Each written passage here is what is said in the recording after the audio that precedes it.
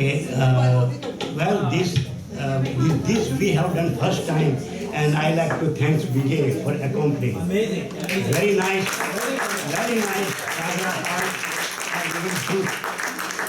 So, BK has been accompanying us for 30, 35 years, I don't know. Beyond that, I'm not going because that would disclose our age. So I'm not going to do that. But we have one short शेर that चांद आहे भरेगा, फूल दिल थाम लेंगे, तबले की बात चली तो सब बीके का नाम लेंगे. Thank you so kindly. And also we will have a nice program from our other musical friend Kirit Mehta, who gave me the chord, give us the chord. Yes, thank you. And now another cardiologist. यहाँ दिल थाम के बैठिए. yes, one cardiologist and another cardiologist, because हम सब हृदय के बीमार हैं, तो वो ऑपरेशन तो करते हैं, लेकिन ये cardiologist are helping us with beyond operation good साहित्य and संगीत. तो हमारा हृदय और हमारा दिमाग दोनों वो अच्छे करते हैं. So I like to invite another our good friend, long time friend, and poet and very good orator, Dr. Dheeraj Shah. He always shares some new things. Dheeraj Shah, bhai, I am very sorry. I actually, you know what happened? Because I am going to play some flute tune later on. Because of that, my guru said that if you are playing flute, you have to blow. So you cannot have all this laddu and shikhand. So I with the empty stomach, I sometimes mixed up. Thank you very much. I'm sorry so about excited that. you forgot my name.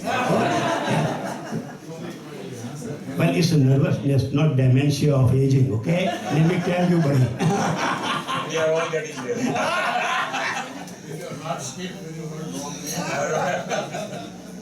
For a brief moment, yes. So thank you, Bharat Bhai and Meena Bhai, for reviving and reinvigorating your Diwali tradition. Yes. We are glad to be part of it. Right. So जिंदगी दी है तो जीने का सफर भी देना. जिंदगी दी है तो जीने का हुनर भी देना. दिए हैं पाँव तो तौफीक के सफर भी देना. तौफीक मीन्स करेज. कि दिए हैं पाँव तो तौफीक के सफर भी देना. मैं गूंगा था, गुफ्तगू उसने सिखलाई, अब मैं बोलूंगा तो बातों में असर भी देना. This Sufi Sari was inspired by that earlier Kabir song, and Sufi song came, so I thought before I get to the segment which everybody has been requesting. So, Ekam Satyam Vipra Bahuda Vidyanti. एक ही सत्य है, लेकिन विद्वान उसकी अलग अलग व्याख्या करते हैं. इसलिए ये सूफी शायरी इस बात का प्रतीक है कि है तो ये सूफी, लेकिन भारतीय दर्शन, इंडियन फिलॉसफी की एक एक बात भी इसमें आ गई है कि मिट्टी है तो पल भर में बिखर जाएंगे हम लोग, नश्वरता की बात है. खुशबू है तो हर दौर को महकाएंगे हम लोग, कर्म की बात आ गई. मैं रूहे सफर हूं, आत्मा की बात आ गई कि मैं रूहे सफर हूं, मुझे नाम से मत पहचान, कल किसी नाम से वापस आ जाएंगे. So this was my humble contribution to the spiritual segment we had earlier, right? Now, अब मैं अपनी औकात पे आ जाता हूँ. इसका सब हास्य और व्यंग. हास्य, फर्क क्या है इन दोनों में? हास्य है कि आपने कुछ देखा, सुना, आपको आनंद हुआ, हंसी आई, जो हमारे जीवन के लिए बहुत जरूरी है. और व्यंग है, सटायर, वो पहले दिल को चोट करता है, फिर शायद आपको मुस्कान लाता है, हंसी लाता है, और जितनी बार याद करते हैं, बार बार, हर बार आपको खुश करके हंसी लाता है. और कई बार आप सुन लेते हैं, मगर रात को जब सोते हैं और जब समझ में आता है, तब हंसी आती है. तो हम कुछ व्यंग की बात करेंगे कि अभी कुछ आधुनिक जो अभी के जो कुछ समय में कुछ घटनाएं हुई कि आपने कभी सुना नहीं होगा, हिंदुस्तान में अभी एक बड़े नेता की मृत्यु हो गई, बड़े कद्दावर नेता थे मुलायम सिंह। तो खबर छपी हमारे श्रद्धेय आदरणीय स्वर्गीय मुलायम सिंह यादव का निधन। अब कितने आदरणीय थे, कितने श्रद्धेय थे और स्वर्गीय थे कि नहीं वो तो किसे पता। तो एक स्वर्गीय नेता नरक में गया, यमराज ने कहा चुपचाप बैठ जाइए।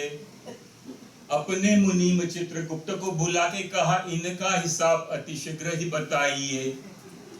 चित्रगुप्त बोला यमराज महाराज हिसाब में इनके न शीघ्रता दिखाइए। 5 साल में किए हैं इनने जो कारनामे, उसको बताने तो 50 साल चाहिए।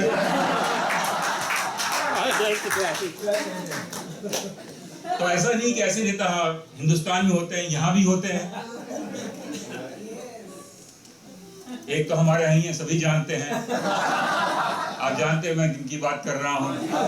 उनके कुछ जानने वाले यहाँ भी हैं, लेकिन मैं इनकी बात कर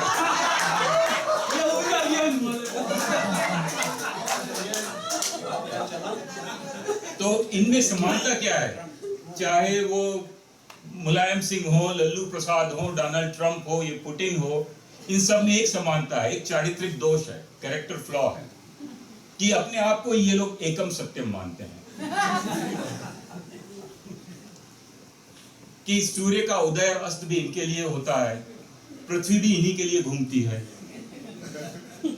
तो जनता की तो बात दूर रही, अपने मित्रों और परिवार पे भी ये लोग विश्वास नहीं करते कि मलानिया ट्रंप को चेक कर डॉक्टर बोला बधाई हो इनके तो दिन चढ़ने लगे। 15-17 साल पहले की बात है। बधाई हो इनके तो दिन चढ़ने लगे, आंगन में खेलेगा एक नन्ना नौनिहाल, सुन ट्रंप के गाल पीले पड़ने लगे। पत्रकारों ने पूछ लिया सर बात है खुशी की, आप क्यों सड़ने लगे? माथा ठोकर ट्रंप बोला क्या जमाना आ गया है, घर में भी यारो फर्जी वोट पड़ने लगे।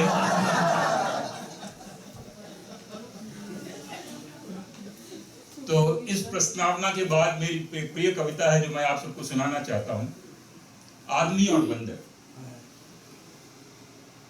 बचपन में पाते ही एकांत में याद करने लगा डार्विन का सिद्धांत कि हमारे पूर्वज बंदर थे, हमारे पूर्वज बंदर थे। मुझे क्या पता कि हमारे चाचा जी, बुजुर्ग चाचा जी घर के अंदर थे। भाग के बोले ये क्या बकता है, अपने बाप दादाओं को बंदर कहता है। सोचा था पढ़ेगा लिखेगा, बाप दादाओं का नाम रोशन करेगा। अरे रोशन करना तो रहा दूर, उल्टा बताता है उन्हें लंगूर। उन्होंने एक चाटा दिया। मैंने डार्विन साहब को याद किया कि आप तो चले गए लेकिन मेरे लिए मुसीबत खड़ी कर दी। बंदर को अपना पूर्वज मानूं तो घर में पिटाई, और न मानूं तो स्कूल में धुनाई। तो मैंने सोचा क्यों न सबसे पूछा जाए और किसी निष्कर्ष पर आया जाए। मीना बहन से पूछा पहले, बड़ी प्रबुद्ध विद्वान महिला हैं, हमारे मध्य प्रदेश की हैं।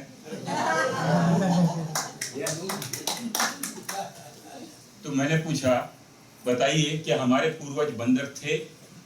पता नहीं किस मुंह में थी, बोले थे क्या अभी भी हैं?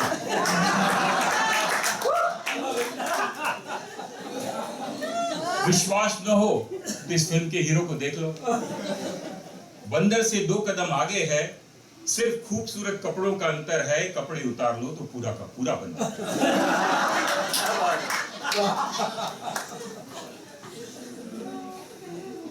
तो मैं आगे बढ़ा, सभी से पूछना था। तो हनुमान मंदिर देखा। आज हमारे घर में भी हम लोग हनुमान मंदिर की बात कर रहे थे, हनुमान की बात कर रहे थे। और हनुमान से बड़ा वानर कौन हुआ इस दुनिया में? तो हनुमान मंदिर के पुजारी से मैंने पूछा, वो भी बड़ा विद्वान निकला। मैंने कहा कहिए महाराज कि हमारे पूर्वज बंदर थे, तो पंडित बोला सिद्धांत तो यही कहता है, लेकिन आजकल जो सिद्धांतों पे जीता है वो भूखों मरता है।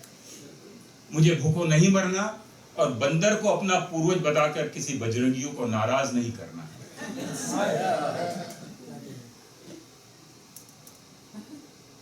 बेटा इनसे बच के रहना और मत लेना पंगा, नहीं तो करवा देंगे अली और बजरंग बली का दंगा। इनके सामने किसी की दाल नहीं गली, जय बजरंग बली। तो मैंने फिर आगे बढ़ा, मैंने सोचा चलो किसी नेता से पूछा जाए। मेरा तो प्रिय सब्जेक्ट है नेता, अब जान गए होंगे आप तक। तो मैंने नेताजी से पूछा, नेताजी बताइए क्या हमारे पूर्वज बंदर थे? नेताजी बोले हमारे पूर्वज बंदर थे, ये बात बिल्कुल सही है, मगर तुम्हें हमारी पार्टी का इतिहास पता नहीं। बापू गांधी ने ही आंदोलन चलाकर पहले बंदर को इंसान बनाया और उसके बाद देश को आजाद कराया। बेटा हमारी पार्टी के गुण गा, नहीं तो तू आज भी बंदर होता।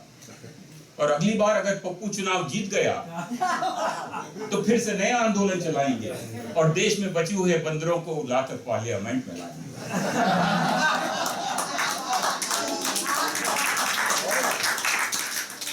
अब जैसा मैंने कहा नेता वहां नहीं होते, नेता तो यहां भी होते हैं, तो मैं सीधा मारा लागू पहुंच गया। मैंने कहा कहिए प्रेसिडेंट ट्रंप, क्या हमारे पूर्वज बंदर थे? ट्रंप ने अपनी ऐसी तिरछी निगाहों से देखकर कहा, अबे पशु मेले के पोस्टर, अब तो कुछ बस कर। भूल गए वो दिन जब जंगलों में घुमा करते थे, पेड़ों से नीचे उतरा करते थे। अरे तुम्हें तो लंगोट पहनना भी नहीं आया, तुमको बंदर से आदमी मैंने बनाया।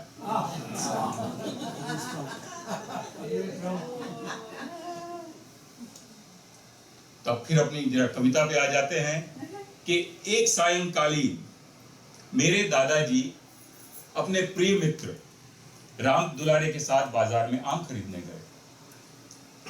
आम का भाव सुनकर राम दुलारे तो राम को प्यारे हो गए। हम सब ने आम के भाव सुने हैं। दादाजी उदास चेहरा लेकर घर लौटे। मैंने बिना कुछ जाने उनसे पूछ लिया, क्या दादाजी हमारे पूर्वज बंदर थे? दादाजी बोले रोते रोते, बेटा काश हम आज भी बंदर होते। काश हम आज भी बंदर होते तो राम दुलारे यूं न मरता, आराम से पेड़ों पे बैठता, मजे से आम चूसता, न बाजार जाता, न आम के भाव पूछता।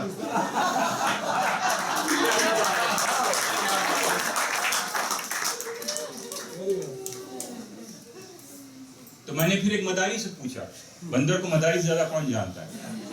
हम जब बच्चे थे, बच्चों को जब बंदर को देखना होता था तो घर से बाहर निकल जाते थे, कहीं न कहीं कोई बंदर नाचता हुआ मिल जाता था। अब हमारे बच्चे जब बंदर देखना चाहते हैं तो हम उनको साउथ अफ्रीका और साउथ अमेरिका ले जाते हैं। तो मैंने मदारी से पूछा, कहिए भाई क्या हमारे पूर्वज बंदर थे? तो मदारी बोला, देख भैया, हम बंदरों को, हम आदमियों को बंदर से मुकाबला नहीं करना चाहिए। कहां आदमी कहां बंदर, आज आदमी की क्या है कदर। मैं अपनी नहीं, जग बीती नहीं अपनी सुना रहा हूं, मैं दुनिया की नहीं अपने घर की बात बता रहा हूं। मेरा एक बंदर जैसा बेटा और बेटे जैसा बंदर है। शब्दों पे ध्यान दीजिएगा कि मेरा एक बंदर जैसा बेटा और बेटे जैसा बंदर है। मैंने बेटे को पढ़ाया लिखाया, बीए पास कराया, आज भी नौकरी के लिए मारा मारा फिरता है, और ऐसे में ये बंदर नाच नाच कर मेरे पूरे परिवार को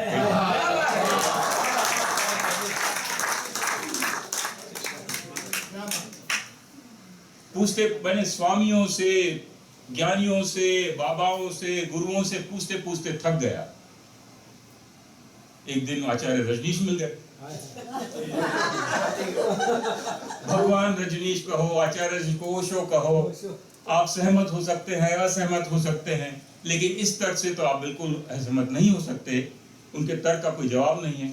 मैंने कहा, कहिए महाशय, क्या आदमी बंदर था? तो मुस्कुराए, बोले, सवाल तो बड़ा दिलचस्प है, सामयिक भी है, कंटेम्पररी है, लेकिन कभी बंदर से भी पूछ कर देखा है कि उसे आदमी का पूर्वज बनना मंजूर है?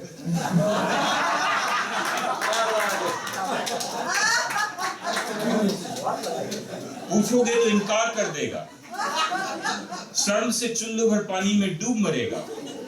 और कहीं आदमी जैसा चालाक बंदर निकला तो अदालत में मानहानि का दावा कर देगा कि हुजूर, हम बंदरों की इज्जत को मिट्टी में मिलाया जा रहा है, इस बेईमान और हिंसक मानव को हमारा वंशज बताया जा रहा है।